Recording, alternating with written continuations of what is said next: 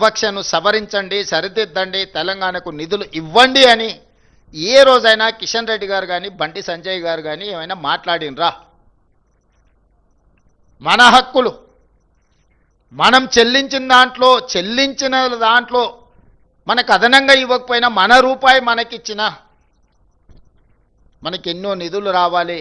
వివక్షతోని మనకు అన్యాయం చేస్తుంటే అది దాచిపెట్టి అది మూసిపెట్టి కేంద్రం నుంచి వస్తాదులను పిలిపించి తెలంగాణకేదో దయాదాక్షిణ్యము దాన ధర్మాలు చేస్తున్నట్టుగా, తెలంగాణ ప్రజల ఆత్మ గౌరవాన్ని కించపరిచేటట్టుగా, తెలంగాణ ప్రజల యొక్క ఆత్మ గౌరవాన్ని ఢిల్లీలో మోడీ గారి దగ్గర తాకట్టు పెట్టినట్టుగా మీరు మాట్లాడడము మీ స్థాయికి, మీ హోదాకి, తెలంగాణ ప్రజలు మీకు ఇచ్చిన గౌరవానికి న్యాయమా? మీకు 8 పార్లమెంట్ సభ్యులు ఇస్తే మీరు తెలంగాణకు తీసుకొస్తున్నది ₹1 చెల్లిస్తే ఈరోజు 42 పైసలు. దీంట్లో ఇక్కడ కూడా నెల్లూరు పెద్దారెడ్డి రికమెండేషన్లు అవసరం లేదు.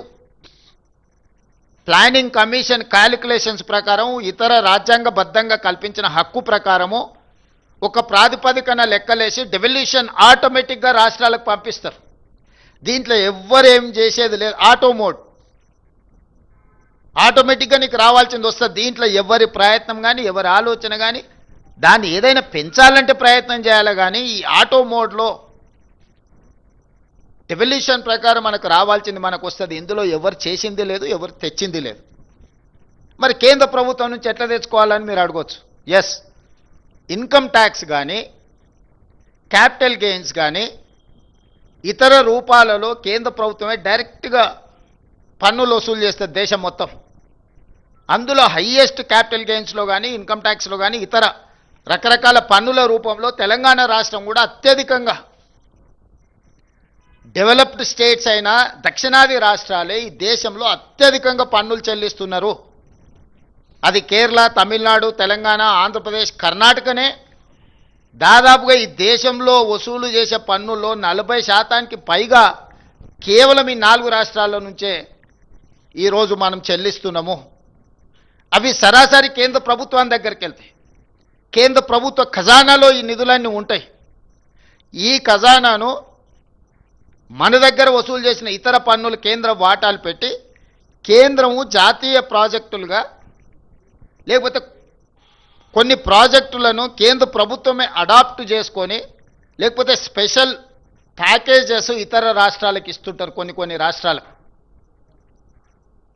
అట్లా మీరు బీహార్కి ఇచ్చిండ్రు, లేకపోతే గుజరాత్కు తరలించకపోయారు ప్రాజెక్టులు, బుల్లెట్ ట్రైన్లు, లేకపోతే ఇతర విమానాశ్రయాలు, రకరకాల అభివృద్ధి కార్యక్రమాలు అన్నిటినీ ఇతర రాష్ట్రాలకే తీసుకెళ్ళిండ్రు. మెట్రో రైలు కానీ ఇతర ఏ ప్రాజెక్టులు చూసుకున్నా కేంద్ర ప్రభుత్వము తన యొక్క విచక్షణ అధికారాన్ని ఉపయోగించి మంజూరు చేసే ప్రాజెక్టు ఏదైనా తెలంగాణకి ఇచ్చిండ్రా?